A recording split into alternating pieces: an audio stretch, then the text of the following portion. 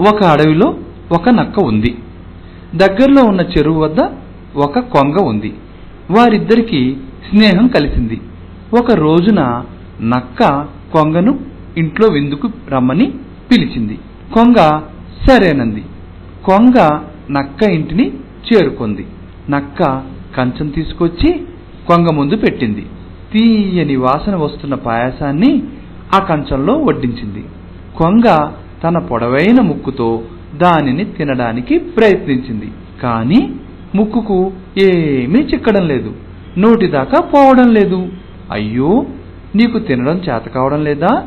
ఇటు చూడు, ఇలా తినాలి అంటూ నక్క గబగబా ఆ పాయసమంతా నాకేసింది.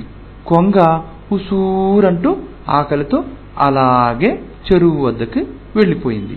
మరునాడు కొంగ వచ్చి నక్కను విందుకు పిలిచింది. నక్క చక్కగా ముస్తాబై వచ్చింది.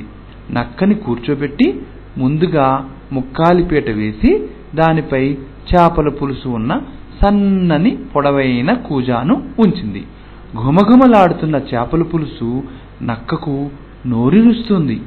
నక్క అటువైపు నుండి ఇటువైపు నుండి ఆ కూజాను అందుకునే ప్రయత్నం చేసింది. కూజా అందడం లేదు. కూజా అందినా అందులో దాని మొహం పట్టేటట్లుగా లేదు. అయ్యో, నీకు తినడం చేత కావడం లేదా? ఇటు చూడు, ఇలా జుర్రుకోవాలి అంటూ కొంగ తన పొడవైన ముక్కును కూజాలో దూర్చి చేపల పులుసును జొర్రుకుంటూ క్షణాలలో దానిని ఖాళీ చేసింది. నేనెంత ఆకలితో ఉంటే నన్ను పిలిచి నాకు అందకుండా చేసి నువ్వు జొర్రుకోవడం తగునా అని అడగాలనుకున్నది నక్క.